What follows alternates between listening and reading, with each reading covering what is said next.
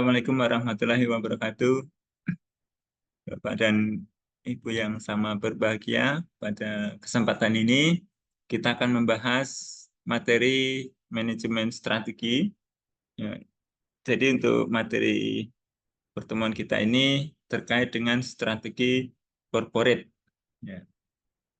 Ya, jadi harapannya dengan mempelajari atau membahas materi ini nanti kita bisa memahami dan mendefinisikan tentang strategi corporate. Kemudian menjelaskan tentang organisasi bisnis tunggal dan organisasi multibisnis. Kemudian memilih berbagai alternatif strategi pertumbuhan. Kemudian memilih berbagai alternatif strategi stabilitas dan memilih berbagai alternatif strategi pembaharuan. Ya, kita langsung masuk ke definisi. Jadi strategi corporate itu apa sih? Ya, jadi kita mengutip pendapat dari Coulter bahwa strategi corporate itu adalah strategi yang menitik beratkan pada pertanyaan jangka panjang dan luas mengenai bisnis apa yang akan dimasuki oleh suatu organisasi dan apa yang diinginkan dalam bisnis tersebut. Ya, jadi pada intinya ya suatu bisnis pada dasarnya awalnya biasanya kecil bangunnya. Ya, itu didirikan dalam ukuran yang masih relatif kecil. Baik itu perusahaan itu perorangan biasanya. Nah, kemudian setelah mengalami perkembangan ketika produknya atau jasanya itu sesuai dengan kebutuhan dan keinginan dari pelanggan, ya, maka kemungkinan perusahaan itu akan berkembang. Nah, ketika berkembang, yang tadinya mungkin berbentuk perusahaan perorangan, maka perlu kerjasama dengan pihak lainnya. Nah, jadi dalam kerjasama ini bisa dalam bentuk sharing modal, bisa juga sharing pengalaman atau keterampilan atau pengetahuan atau manajemen dalam mengelola perusahaan. Nah, nanti ketika perusahaan itu berkembang terus, maka biasanya akan menjadi besar, dan di saat perusahaan sudah sangat besar, maka sebaiknya perusahaan itu bentuknya dirubah menjadi perseroan terbatas.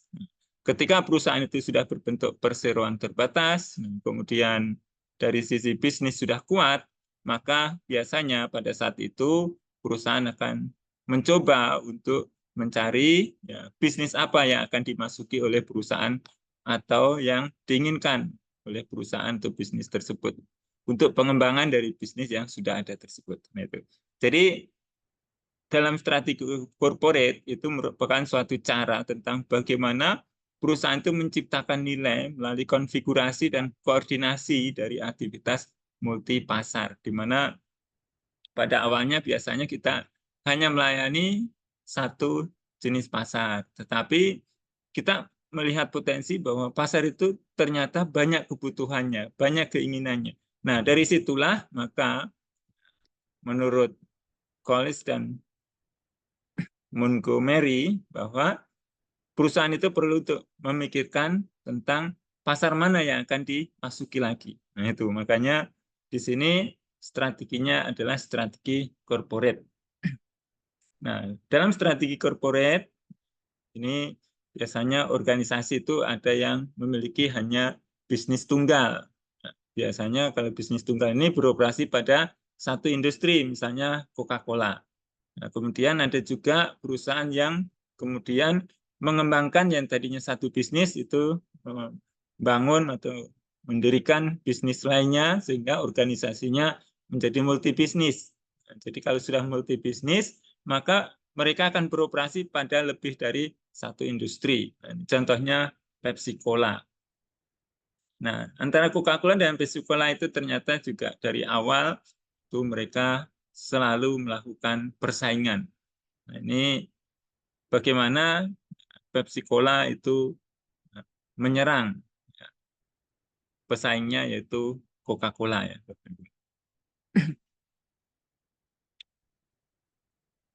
Perang titik lemah rahasia Pepsi sukses menyaingi Coca-Cola. Mari kita bahas. Sun Tzu dalam Art of War mengajarkan bahwa jangan menyerang musuh di titik kuatnya, tapi serang musuh di titik lemahnya. Ini konsep yang digunakan Pepsi untuk melawan Coca-Cola. Jadi saat itu Coca-Cola sudah menguasai pasar di minuman bersoda. Soal rasa sudah tidak ada saingannya. Tapi pada tahun 1980-an, Pepsi mencoba strategi yang berbeda. Mereka sadar konsumen membutuhkan minuman yang lebih sehat. PepsiCo kemudian melancarkan kampanye iklan Pepsi Challenge yang mengajak konsumen untuk mencoba Coca-Cola dan Pepsi secara acak dan memilih mana yang lebih disukai. Hasilnya ternyata banyak konsumen yang lebih memilih rasa Pepsi dan akhirnya memilih minuman tersebut. Dalam kasus ini, PepsiCo berhasil menyerang titik terlemah Coca-Cola dengan meluncurkan produk minuman yang lebih sehat dan berhasil merebut pangsa pasar Coca-Cola.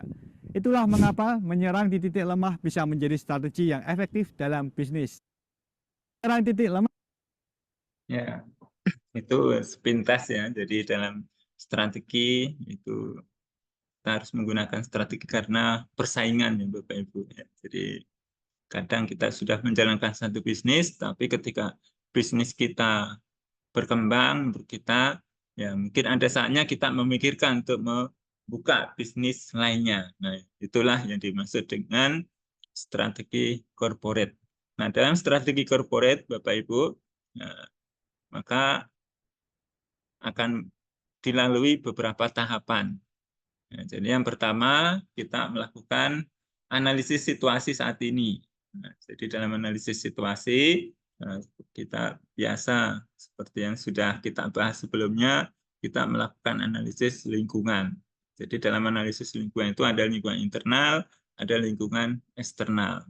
Nah, makanya dari analisis lingkungan internal dan eksternal, salah satu strategi yang bisa kita gunakan untuk menentukan strategi yaitu analisis SWOT. Nah, kemudian dari analisis SWOT, kita menentukan strateginya apa, kemudian kita melakukan perumusan strategi, kemudian implementasi strategi, kemudian evaluasi. Jadi dalam evaluasi ini kita ingin mengetahui apakah kinerja kita itu sudah sesuai dengan yang kita rencanakan atau sebaliknya belum. Nah, jadi kalau belum, ya mungkin kita perlu melakukan evaluasi kembali. Itu bisa kita tinjau dari konteks organisasi, analisis eksternal maupun internal. Nah, kemudian dalam implementasi juga kita perlu analisis dari sisi fungsional, kompetitif, dan corporate. Nah, untuk strategi corporate, ya, arah strateginya yaitu nanti bisa strategi pertumbuhan, growth strategi, yaitu tentang bagaimana menggerakkan organisasi ke depan. Nah, kemudian strategi stabilitas itu tentang bagaimana menjaga organisasi agar tetap stabil. Jadi kadang ketika perusahaan kita sudah mengelola banyak bisnis, maka dalam kondisi tertentu, ya, biasanya pada kondisi yang sangat berisiko, ketidakpastian tinggi, maka yang kita lakukan adalah bagaimana agar bisnis itu tetap stabil, tetap eksis, dan tidak tersingkir oleh persaingan di pasar atau kondisi atau keadaan yang lainnya. Kemudian strategi pembaharuan. Nah, jadi kalau strategi pembaharuan ini terkait dengan ketika ya, perusahaan itu mengalami penurunan atau mengalami kerugian, di mana kadang namanya pasar sudah bosan dengan produk yang kita hasilkan, atau sudah mulai ada pesaing, maka di saat itu ya kita kemungkinan perlu melakukan strategi bagaimana membalik kinerja organisasi yang cenderung menurun agar stabil atau sebaliknya bisa mengalami pertumbuhan. Nah, untuk strategi pertumbuhan, jadi sasaran pertumbuhan bagi perusahaan, jadi ketika perusahaan itu yang sifatnya mengejar laba, ya, maka nanti pertumbuhan itu diketahui atau diukur dari misalnya pertama peningkatan omset. Jadi apakah dari sisi penjualan atau dari sisi pendapatan atau dari sisi market share. Nah, itu. Kemudian dari sisi laba, ya, jadi dikatakan kita bertumbuh ketika labanya meningkat. Atau dari kinerja lainnya. Jadi kinerja lain itu bisa berbentuk kepuasan, kemudian semakin banyaknya layanan, dan sebagainya. Kemudian untuk organisasi yang nirlaba, biasanya nirlaba itu seperti pemerintahan atau yang bergerak dalam bidang pendidikan, misalnya, nah, itu dikatakan bertumbuh ketika nanti peningkatan jumlah klien, artinya jumlah masyarakat yang dilayani itu semakin bertambah. Nah, kemudian perluasan cakupan geografis. Jadi ketika wilayah operasional semakin luas, semakin banyak yang bisa dijangkau, atau peningkatan program yang ditawarkan. Jadi itu dikatakan nanti mengalami pertumbuhan bagi organisasi yang sifatnya nirlaba. Ini biasanya bagi teman-teman yang bekerja di pemerintahan. Sedangkan bagi yang bekerja di perusahaan, ya, tadi yang sudah saya sampaikan, dikatakan kita itu mengalami pertumbuhan ketika terjadi peningkatan omset, peningkatan laba atau kinerja yang lainnya. Nah, untuk strategi pertumbuhan nanti ada beberapa alternatif atau pilihannya. Yang pertama itu strategi konsentrasi, kemudian strategi vertikal, kemudian strategi integrasi horizontal, kemudian strategi diversifikasi, dan strategi internasionalisasi. Nah, untuk strategi pertumbuhan konsentrasi.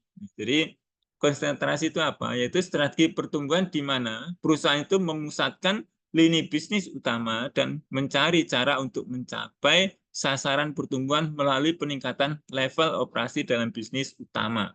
Nah, jadi, kalau yang konsentrasi ini biasanya kita berusaha untuk bagaimana mengoptimalkan bisnis yang ada. Jadi, dari sisi tingkat kerusakan, bagaimana tingkat kerusakan semakin rendah, kemudian dari sisi jumlah produksi, ya, bagaimana semakin banyak, gitu ya. Gitu. Jadi di sini kita masih fokus pada bisnis yang ada. Kita tidak berpikir untuk membuka bisnis lain atau beralih ke bisnis lain, tetapi kita masih fokus pada bisnis kita yang ada, tetapi ya bagaimana bisnis yang ada itu mengalami peningkatan. Misalnya apa ya? Misalnya kita bisnisnya dalam bidang pertanian. Jadi kalau kita berusaha dalam bidang pertanian, maka dikatakan konsentrasi ya kita masih fokus pada bisnis pertanian, tetapi dari sisi luas lahan, jumlah tenaga kerja, dan jumlah peralatan itu ditingkatkan. Harapannya ya nanti jumlah produksi meningkat, jumlah pendapatan meningkat, dan laba perusahaan pada bisnis utama itu meningkat. Jadi sisi positif ketika kita konsentrasi, yaitu pertama, ya, perusahaan akan menjadi sangat tahu dan mengetahui tentang apa yang dilakukan. Kemudian sisi negatifnya, perusahaan menjadi mudah diserang oleh industri lain dan oleh perubahan lingkungan eksternal lainnya. Kenapa ya? Karena mereka sudah tahu bahwa perusahaan itu dia hanya tahu atau bisa berusaha dalam bidang itu saja. Jadi ketika mereka tahu, maka ketika mereka menyerang kita, apakah itu dari sisi persaing atau dari sisi misalnya supplier, maka ya kita kemungkinan akan mudah untuk dikalahkan atau disingkirkan dari pasar. Jadi ini namanya strategi konsentrasi. Jadi banyak perusahaan yang fokus hanya satu bisnis dan bisnis itu yang dia kelola. Dan dia tidak mau membuka bisnis lainnya. Berarti mereka itu ya fokusnya pada strategi konsentrasi. Nah, untuk pilihan konsentrasi sendiri, ya nanti bisa ya ditinjau dari sisi pelanggan dan produk. Nah, jadi ketika misalnya kita konsentrasinya pada pelanggan sekarang dan produk sekarang, Maka strategi yang kita lakukan itu yaitu eksploitasi pada pasar dan produk pengurangan.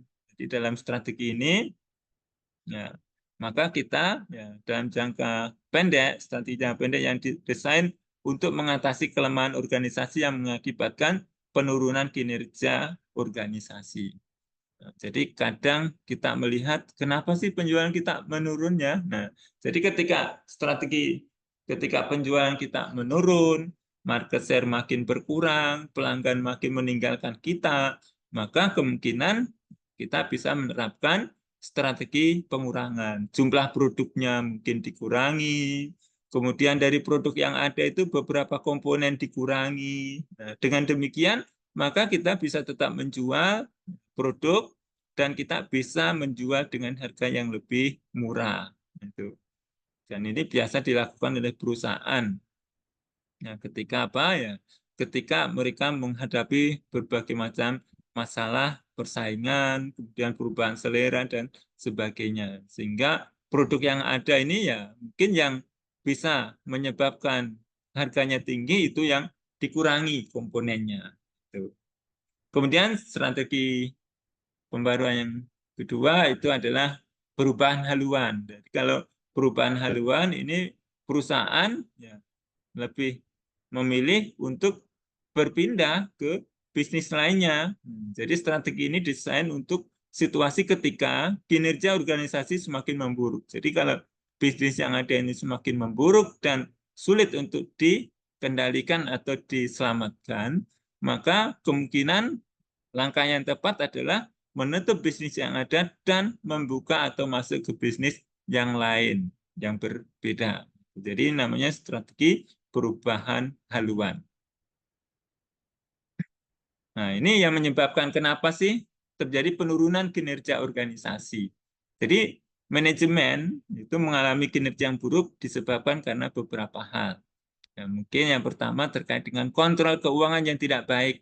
Jadi kadang kondisi keuangan dan keuangan kita itu tidak dikelola dengan baik. Kemudian biaya yang tidak terkontrol atau terlalu besar. Jadi namanya bisnis itu kadang ketika kita sudah ya, menjalankan dan menguntungkan, maka berbagai pihak yang berhubungan dengan bisnis kita juga ingin memperoleh keuntungan lebih juga. Misalnya supplier. Jadi kadang supplier itu ketika melihat kita itu mengalami keuntungan yang besar, dia juga ingin mendapatkan keuntungan itu dengan cara apa? Menaikkan bahan baku yang disuplai ke perusahaan kita. Termasuk ya dari internal perusahaan ya Bapak Ibu. Misalnya kita punya usaha restoran.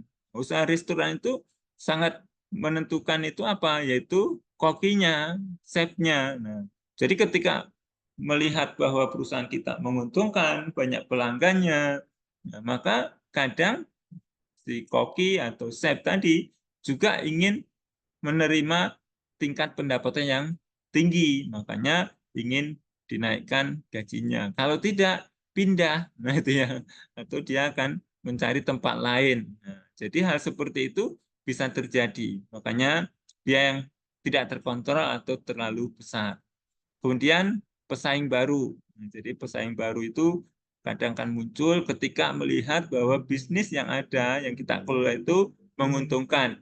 Misalnya kita yang tadinya nggak ada, misalnya peternak bebek, ketika melihat banyak sari laut yang menjual hanya ikan, ayam, maka mungkin kita berpikir, wah bagus kalau saya pelihara bebek untuk disuplai ke pedagang restoran atau sari laut. Nah, ketika misalnya sudah berhasil, banyak sari laut yang juga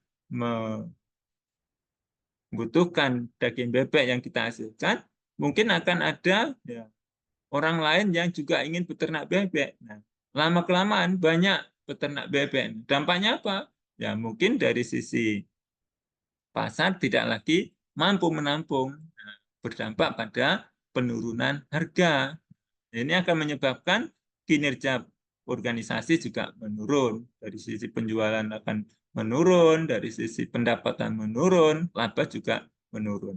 Kemudian bisa juga penurunan kinerja organisasi karena perubahan permintaan konsumen yang tidak terprediksi. Nah, seperti sekarang mungkin banyak beberapa supermarket yang tutup. Kenapa? Ya, karena terjadi perubahan perilaku dan permintaan konsumen. Nah, misalnya seperti dulu ada handphone merek Nokia. Nah, jadi merek Nokia itu dulu memiliki banyak market share. Setiap orang HP-nya merek Nokia. Tetapi ketika terjadi perubahan teknologi, kemudian terjadi perubahan selera konsumen, perilaku konsumen, nah itu akan berdampak pada apa? Pada penurunan penjualan dari Nokia, penurunan market share, dan akhirnya ditinggalkan oleh pasarnya sendiri. Gitu. Nah, kemudian penurunan kinerja juga disebabkan karena lambat atau tidak merespon pada perubahan eksternal atau internal yang signifikan. Kemudian bisa juga disebabkan karena pertumbuhan yang terlalu cepat atau ekspansi yang terlalu besar. Jadi kadang ngelola bisnis juga begitu Bapak Ibu. Kalau bisnis kita ini belum kuat, sebaiknya jangan kita berusaha untuk membuka yang lainnya. Jadi kita perkuat dan permantap bisnis yang ada dulu, setelah itu baru mengembangkan pertumbuhan atau diversifikasi ke bisnis lainnya. Nah, karena kalau kita terlalu cepat bertumbuh, maka itu bisa berdampak nanti ya ketika kondisi kita tidak stabil, maka menyebabkan penurunan kinerja. Jadi pertumbuhan yang cepat itu akan menyebabkan nanti pada titik tertentu ya akan kita mengalami kinerja organisasi yang kurang bagus. Nah, untuk strategi pembaruan itu bisa juga dilakukan dengan cara pemotongan biaya dan restrukturisasi. Kalau pemotongan biaya ini ya kita mungkin beberapa komponen dari produk itu dikurangi sehingga kita bisa menjual produk dengan harga yang lebih murah dengan tanpa harus mengurangi tingkat laba yang kita targetkan. Kemudian bisa juga melakukan restrukturisasi, yaitu dengan jalan menjual beberapa bisnis, kemudian melikuidasi, atau melakukan rekayasa ulang, reengineering, atau penurunan skala usaha. Makanya kayak beberapa bisnis yang mengalami kerugian seperti Transmart ya Bapak Ibu, mereka mulai menutup beberapa cabang di beberapa ya, provinsi yang tadinya ada beberapa puluh cabang, kemudian dikurangi, dan akhirnya hanya mempertahankan beberapa cabang yang menurut mereka itu masih bisa menghasilkan laba. Nah, kita melihat ya, Aksa Mahmud dari penjual es hingga tentang menjadi pendiri Bosowa perjalanan Group. ya, Aksa Mahmud tokoh dikenal sebagai pengusaha seorang sukses pengusaha dari terkaya asal Sulawesi ya.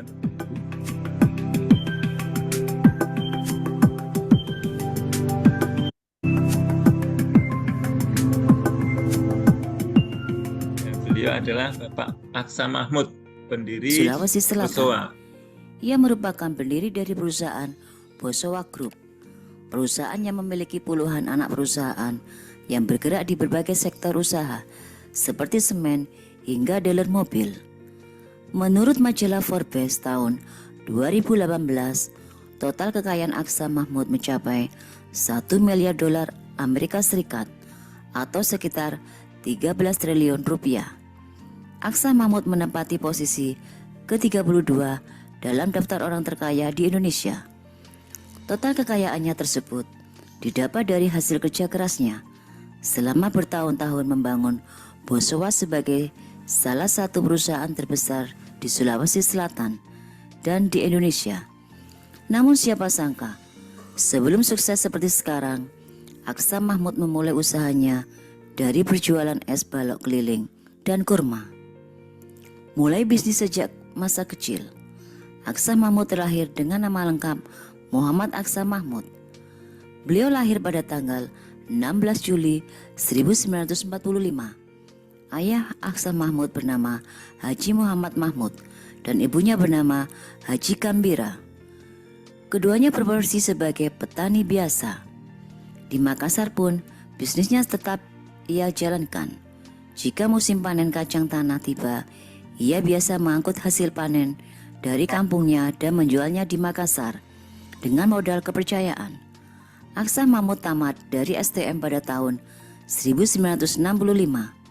Setelah menikah dengan Siti Romlah, Aksa Mahmud tetap bekerja di NF Haji Kala milik mertuanya. Namun tak lama kemudian, Aksa Mahmud mulai berpikir untuk membangun usaha sendiri. Sebab menurutnya, dalam falsafah Bugis, hanya ada satu nahkoda dalam satu kapal, hanya ada satu pimpinan dalam satu perusahaan. NV Haji Kala sudah menyiapkan Yusuf Kala sebagai pemimpinnya. NV Kala kelak dan Aksa Mahmud tentu menjadi wakilnya. Namun, hanya 3 tahun Aksa Mahmud bekerja di NV Kala. Setelah pada tahun 1973, Aksa Mahmud mendirikan perusahaan sendiri bernama CV Moneter yang menjadi agen penyalur mobil Datsun di Indonesia Timur. Berbekal modal sebesar 5 juta hasil dari pinjaman di Bank BNI. Aksa membuka showroom mobil Datsun di Makassar. Usahanya berkembang sedikit demi sedikit. Biografi dan profil Aksa Mahmud. Beberapa tahun kemudian, tepatnya tahun 1980, PT Kramayuda 3 Berlian sebagai distributor Mitsubishi Indonesia menawarkan Aksa Mahmud untuk menjadi agen distribusi untuk wilayah Indonesia Timur. Disinilah kemudian Aksa mengubah nama perusahaannya menjadi PT Bosowa Berlian Motor. Bisnis industri otomotif yang berkembang pesat pada saat itu membuat perusahaan Bosowa milik Aksa Mahmud berkembang dengan cepat. Di tahun 1995, Aksa Mahmud melebarkan usahanya di bidang industri semen dengan mendirikan PT Semen Bosowa yang beroperasi di Moros. Nah, ini contoh dari Kemudian di tahun 2000, Aksa Mahmud mendirikan strategi anak perusahaan corporate ya, bernama Bapak Ibu. PT Goa Kencana Motor yang menjadi agen penyalur mobil merek Mercedes-Benz Ya, wilayah Indonesia yang Timur. tadinya PT penyalur Bosowa mobil juga Datsun, banyak menggarap kemudian proyek-proyek beliau membuka infrastruktur dari pemerintah, Semen misalnya Bosowa. pembangunan jalan tol di Makassar dan Jabodetabek. Pada tahun 2007, Kemudian membangun nama Aksa Mahmud mulai masuk dalam jalan jajaran tol. 40 orang terkaya di Indonesia menurut majalah Forbes. Total kekayaannya ketika itu sebesar 340 juta dolar atau jika dirupiahkan sekitar 4,6 triliun menurut kurs mata uang saat ini. Kekayaannya tersebut membuat Aksa Mahmud menjadi orang terkaya di Sulawesi Selatan. Dari tahun ke tahun, pundi-pundi kekayaan Aksa Mahmud terus-menerus bertambah berkat pertumbuhan pesat PT Bosowa miliknya. Dari awal tahun 2000-an, Bosowa Group terus-menerus melakukan ekspansi usaha di berbagai bidang dari otomotif, semen, infrastruktur, energi, jasa keuangan. Nah, ini Keluarga beberapa Aksa Mahmud. jenis bisnis Dari yang pernikahannya kita- dengan Siti Ramlah, Aksa Mahmud dikaruniai 5 orang anak bernama Sadikin Aksa, Erwin Aksa, Atira Aksa, Melinda Aksa, dan Subahan Aksa. Hingga saat ini, Bosowa Group sudah memiliki puluhan anak usaha yang menggurita di berbagai bidang usaha, sehingga tak heran menjadikan kekayaan Aksa Mahmud bertambah.